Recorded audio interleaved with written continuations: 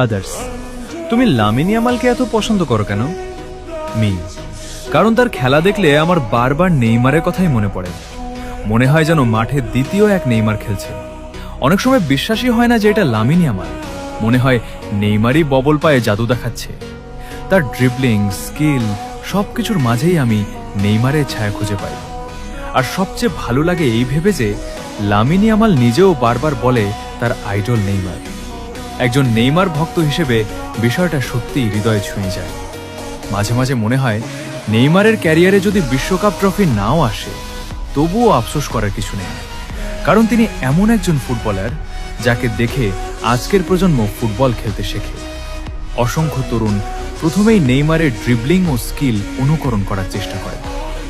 একজন খেলোয়াড়ের জন্য এর চেয়ে বড় অর্জন আর কী বা হতে পারে?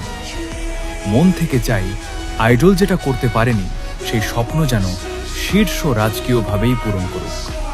শুভকামনা রইল লামিন ইয়ামালের জন্য।